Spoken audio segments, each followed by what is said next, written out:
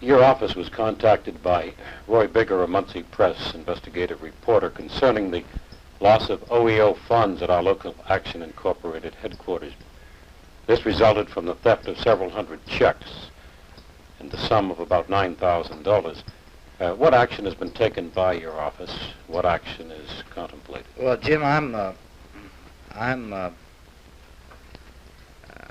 don't have a sufficient amount of facts at my command to answer that.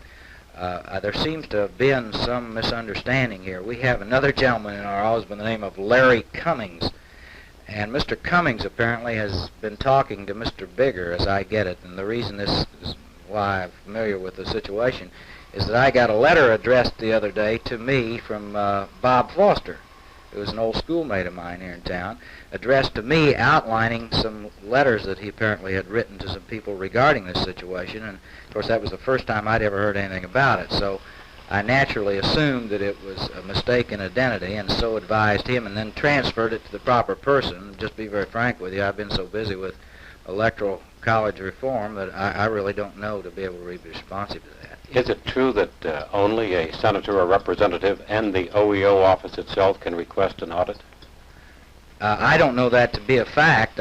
All I can say is that I would imagine that if a congressman or a senator made a request, that would have a substantial amount of influence on the decision. Has the senator discussed this with you? He has not.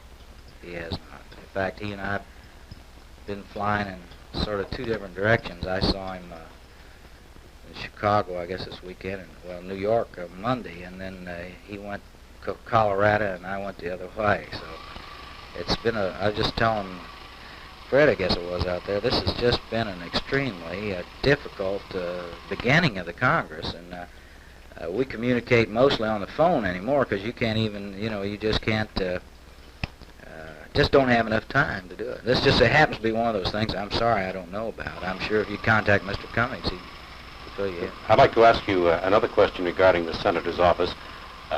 United Press International indicated that in Also Time magazine that the senator was criticized by fellow Republicans for inviting Indiana Republicans to the inaugural. That Senator Bayh? Yes. Was, I hadn't heard that. My response to that would be,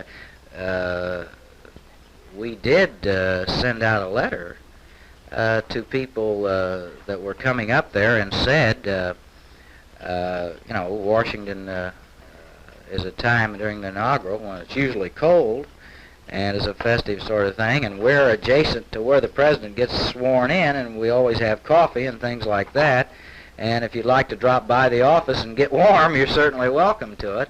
I don't know about the criticism of that, but they always have a story in Washington and say that you see 6 people standing in the corner talking together, you know they're from Indiana. So I'm not sure that Democrats and Republicans in Indiana or anywhere else, as long as they're Hoosiers, I think is sort of the important thing.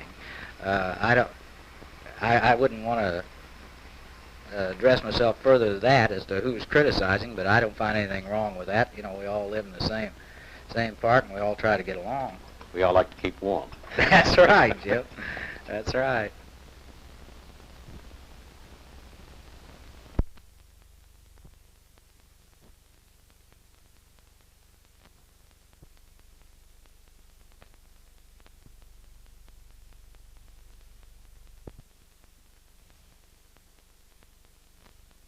There's almost unanimity of opinion that something must be done. And now the question is, where will we go? And the most supporters right now are on the side of direct election. And again, we have 40 co-sponsors on Senator Bayh's proposal.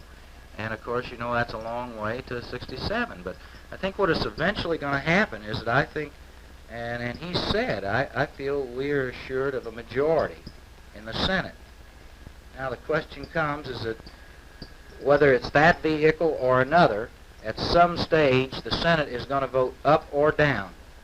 And then that's when we get to the nitty-gritty. Will senators decide that even though they disagree with the direct election system ideologically, that they still believe it's so important to change it that they will vote for it?